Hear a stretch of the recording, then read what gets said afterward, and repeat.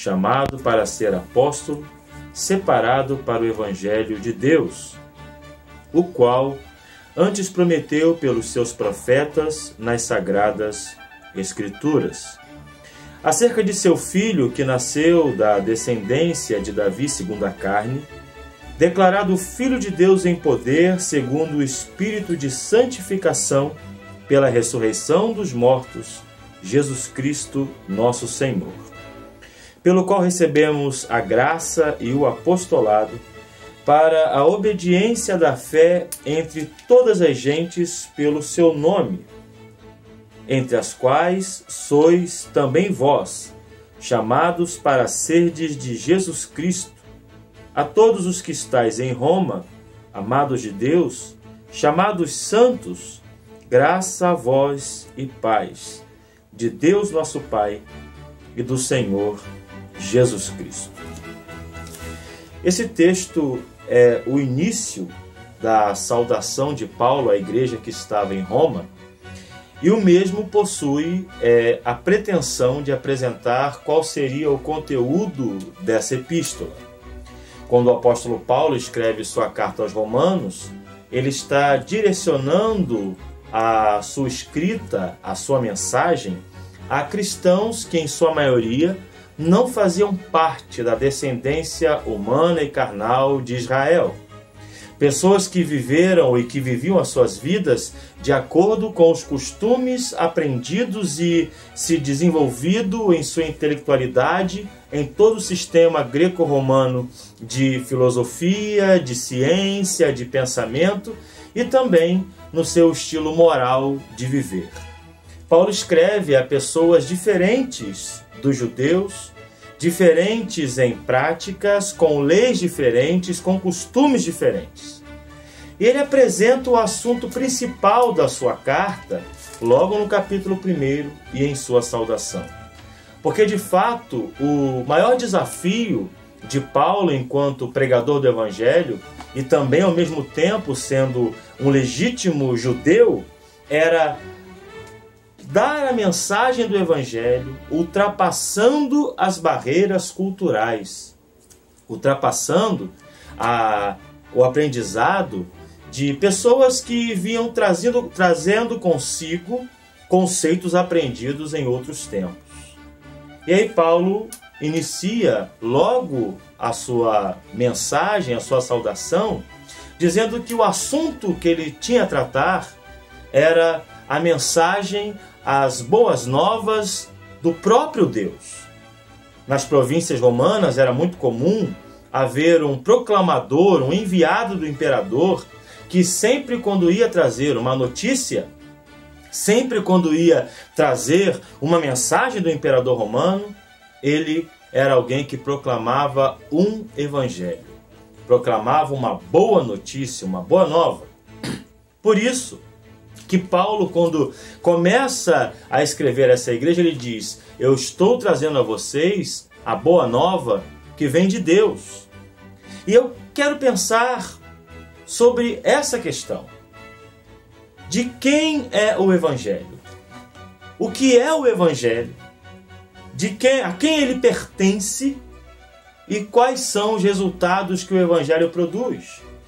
Vivemos em tempos muito trabalhosos, onde as pessoas elas adequam a mensagem de Deus e do Evangelho aos seus próprios caprichos, à sua própria vontade, à sua própria intelectualidade ou aquilo que ela acha certo.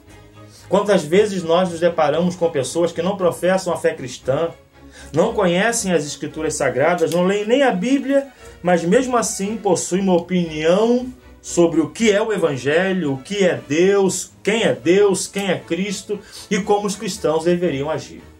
Mas Paulo aqui inicia dizendo: olha, eu estou falando com vocês porque eu sou servo de Jesus Cristo, e a palavra servo aqui é doulos, escravo, alguém que não estava sobre a sua própria vontade, nem era um servo contratado, mas era alguém que estava completamente subordinado ao senhorio de Cristo. Então Paulo inicia dizendo: eu sou um escravo de Jesus Cristo, que fui chamado para ser um apóstolo, um enviado, um emissário, alguém que falava em autoridade no caso de Cristo, chamado para ser apóstolo, servo escravo de Cristo, que fui separado para o Evangelho de Deus. O Evangelho de Deus contém uma mensagem. E se nós lermos todo o capítulo 1, nós veremos o quão dura é esta mensagem.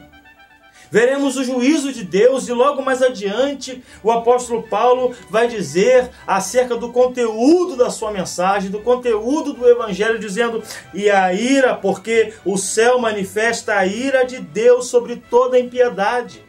Então a boa notícia é que, embora o Evangelho seja assim uma boa notícia, uma mensagem de esperança, ele também traz o juízo de Deus. Ele não permite que nós adequemos a mensagem aos nossos próprios interesses. E parece que esse é o viés mais popular. É adequar a Bíblia àquilo que eu acredito. Adequar as Escrituras à minha própria interpretação. Quando, na verdade, nós não deveríamos seguir essa livre interpretação. A Reforma Protestante nos ensina o livre exame. O que é o livre exame? Eu olho uma prática eclesiástica, observo-a, vou olhar para ela e ver se tal prática se enquadra nos ensinos das Escrituras Sagradas. Isso é observar, isso é examinar. Interpretar não. Interpretar é olhar para a Bíblia, acompanhar a sua trajetória, ver o seu sentido histórico, gramatical e aplicá-lo. E aí, quando olhamos para esse texto, nós chegamos à conclusão que o Evangelho não é dos homens. Não é uma mensagem de nenhum imperador, não é mensagem de nenhum governante, não é mensagem de nenhum político. Ele é o Evangelho de Deus. Não é a mensagem de um pastor, de um ministro. É o Evangelho de Deus, é a mensagem de Deus para o seu povo. E aí ele continua dizendo sobre o conteúdo do Evangelho. O Evangelho não é sobre aquilo que você deseja alcançar. O Evangelho não é uma receita de bolo para resolver os seus problemas. Está no versículo 2 e no versículo 3, que diz que o Evangelho ele trata exatamente daquilo que foi prometido pelos profetas nas Sagradas Escrituras acerca de Jesus Cristo. Jesus é o centro do Evangelho. É muito comum você ouvir pessoas dizendo, principalmente aquelas pessoas que que procuram sempre criticar algum ajuntamento que se chama de igreja, mas na verdade o que são as igrejas? São locais onde a igreja se reúne, os templos, as casas de oração. É apenas uma casa onde a igreja, que somos nós, nos reunimos de maneira saudável, bíblica e terapêutica para prestarmos culto a Deus, adorá-lo solenemente, ouvir a exposição da sua palavra e assim aprendermos a ser cristãos melhores. Então, entre esses críticos da igreja, né, do movimento cristão em si, daqueles que se ajuntam para fazer parte de um corpo, eles sempre vão falar que Jesus deve ser a chave hermenêutica da Bíblia. Jesus é a chave hermenêutica da Bíblia, sim. Mas isso não isenta temas que nosso Salvador não falou com detalhes de ser uma verdade bíblica. Exemplo, Jesus falou duramente sobre o divórcio, mas não falou acerca da relação sexual de pessoas do mesmo sexo. Então, por isso, porque Jesus não disse, eu não vou receber como de Deus, ora, nenhuma profecia da Escritura de particular elucidação, porque homens cheios do Espírito Santo falaram da parte de Deus, disse o apóstolo Pedro. Foi Jesus que escolheu os próprios apóstolos, os emissários, aqueles que falavam em nome dele, na autoridade dele. Então, Romanos é palavra de Deus, é evangelho de Deus. E aqui, quando encontramos esta verdade, é que Jesus Cristo é o centro do evangelho. A mensagem de Cristo, ela foi ampliada, ela foi divulgada e ela foi aplicada de maneira correta, infalível, pela boca dos seus apóstolos. O próprio autor da Epístola aos Hebreus, no capítulo 1, no versículo 1, vai dizer que Deus outrora falou por meio dos profetas, mas nos últimos dias nos falou pelo Filho. Ora, quem afirma que Jesus é o centro do Evangelho? além de Paulo aqui, é o autor da carta aos Hebreus, que é um autor anônimo. Alguns dizem que foi Paulo, mas continua sendo sobre Jesus. Isso não quer dizer que seja apenas tudo que Jesus proferiu durante seu ministério terreno é que devemos aceitar e rejeitar a mensagem apostólica. Então o Evangelho ele é de Deus, ele é proclamado por autênticos servos, escravos de Deus, ele foi posto em prática e ampliado pelos seus emissários, que falavam em nome dele, na autoridade dele, os apóstolos, e o Evangelho narra acerca de Jesus Cristo, trata de quem ele foi, de quem ele é, da sua mensagem, do seu ministério e da obra que ele realizou.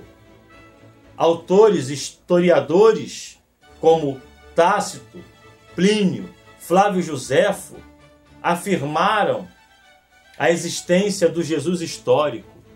E isso é uma prova histórica de que o Jesus da Bíblia, judeu, nascido de uma mãe judia, em Belém, aquele Jesus, não o Jesus filosófico, aquela ideia do Cristo abstrato, subjetivo, não. O Jesus judeu, que viveu sobre essa terra, ele é citado por esses historiadores. Mas para nós, como Filho de Deus, o Evangelho vem justamente trazer essa mensagem. Jesus Cristo é o Filho de Deus, é o próprio Deus encarnado. Ele é a expressa imagem do Deus invisível. Então o Evangelho é sobre Jesus, sobre os ensinos de Jesus e também de seus apóstolos. E aí o versículo 5 vai dizer que esse Evangelho ele produz graça, produz vocação. Paulo diz, por causa desse Evangelho de Deus, que fala sobre Jesus, do qual eu sou servo, do qual eu sou um emissário, eu recebi dele graça e apostolado para a obediência da fé. Ou seja, não existe Evangelho, não existe verdade que não produza em nós a obediência a Cristo, aos princípios estabelecidos por Jesus Cristo e seus apóstolos. Essa ideia dualista que vemos hoje em dia, de separação aos moldes do herege Marcião, que pega apenas os evangelhos escritos por Mateus, Marcos, Lucas e João e os coloca separados dos outros textos neotestamentários, dizendo que os textos neotestamentários escritos por apóstolos ou por discípulos não têm para nós um peso doutrinário de vida, uma grande heresia, um erro. Mas aqui o apóstolo Paulo vai dizer que este evangelho produz a graça, traz graça a nós por meio de Cristo. Só é possível conhecer as doutrinas e as verdades da graça por meio do evangelho. O que seria de toda doutrina bíblica, autêntica, histórica, fundamentada nos apóstolos, nos pais apostólicos, que transpassou as eras e chegou até nós hoje, se não fossem os escritos do Novo Testamento, que são uma continuação do Evangelho de nosso Senhor Jesus Cristo, o Evangelho de Deus. Graça e apostolado para a obediência entre todas as gentes, pelo seu nome. E aí, quando falamos de obediência, temos que ter em mente que o Evangelho nos leva a obedecer à fé. E o que é obedecer à fé? É obedecer à doutrina. É seguir os passos de Jesus. E nós temos que pensar no seguinte, Jesus e dos apóstolos, e pensar no seguinte, não se trata aqui de um conjunto de crenças morais, de tradições meramente humanas, de conceitos que são apenas fruto da tradição de homens que falam de si mesmo, mas sim daquilo que a Escritura nos ensina, qual é o caminho que devemos trilhar. E aí no versículo 6 e 7 eu concluo dizendo o seguinte, o Evangelho nos leva a pertencermos a Jesus. Olha o que diz o versículo 6, entre os quais sois também vós chamados para serdes de Jesus Cristo. Ser de Jesus Cristo não é ser alguém que não tem convivência com homens, que não tem que lidar com irmãos. Paulo era de Jesus Cristo. No entanto, ele teve que conviver até mesmo entre os falsos irmãos. O Evangelho nos convida a sermos como Jesus, de sentarmos na mesa com Judas e compartilhar ali a mensagem, mesmo que talvez venhamos a ser traídos, mesmo que talvez venhamos a ser decepcionados. Portanto, não vamos confundir Evangelho com essa filosofia de tudo está bom, tudo está bem, basta você fazer aquilo que é moralmente certo, basta você fazer caridade, basta você ser uma pessoa bacana, que está tudo certo. Isso não é Evangelho. Evangelho é ser escravo de Jesus, um servo sem vontade própria. É ser um emissário, como foi Paulo, anunciar as verdades de Deus, custe o que custar, ser uma testemunha. Pois para isso recebemos o Espírito Santo. O Senhor Jesus disse em Atos 1:8: e recebereis poder ao descer sobre vós o Espírito Santo, e sereis minhas testemunhas, tanto em Jerusalém como em toda a Judéia e Samaria e até os confins da terra. Testemunha, do grego martúrio, que dá origem etimológica à palavra mártir, alguém disposto a morrer pelo seu testemunho. O Evangelho nos mostra quem é Jesus, e a sua mensagem está fundamentada nos ensinos de Cristo e nos ensinos de seus apóstolos que ele escolheu e que ele vocacionou pessoalmente. O Evangelho trata de quem Jesus é, da sua mensagem. O Evangelho nos mostra o caminho da graça e nos faz receber essa graça em nós por meio da obra de Cristo e nos vocaciona a sermos proclamadores dessa graça. E o Evangelho nos faz pertencer a Cristo, a fim de que possamos dizer como Paulo: ninguém me moleste, porque trago no corpo as marcas do Senhor Jesus. E olha o que o próprio apóstolo Paulo disse acerca do Evangelho que ele recebeu: eu já estou crucificado com Cristo, e agora não vivo mais eu, mas Cristo vive em mim.